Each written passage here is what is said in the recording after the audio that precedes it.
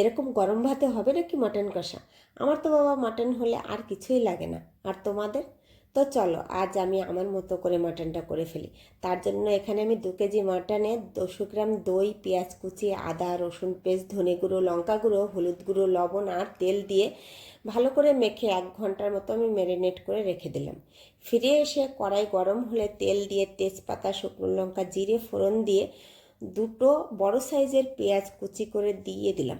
পেঁয়াজটা লাল হয়ে এলে 1 চামচ হলুদ দিয়ে মাংসটা ঢেলে দিলাম।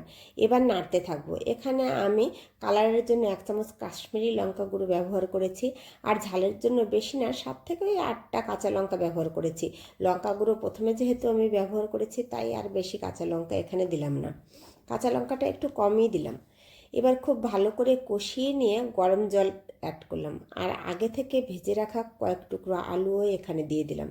এখন শুধু একটাই কাজ, ধিমি আঁচে ঢেকে দেওয়া আর মাঝে মাঝে নেড়ে দেওয়া, আর দেখতে হবে মাংসটা কতক্ষণ গলে, কারণ মাটনটা গলতে অনেক সময় লাগে।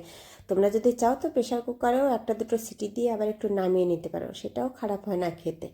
তবে এখানে আমি কিন্তু কোনো রকমের জিরে গুঁড়ো ব্যবহার করিনি, ভাজাও না কাঁচাও না, কোনো ধরনের জিরে আমি এখানে ব্যবহার করিনি। মাংস আমার গলে গেছে, এবার উপর দিয়ে গরম মশলা বাটা দিয়ে নামিয়ে নেব। গরম গরম ভাতে আর কিছুই লাগে না, অবশ্য যদি মাটন প্রেমী হয়ে থাকো। ওকে বাই, ভালো থাকবে।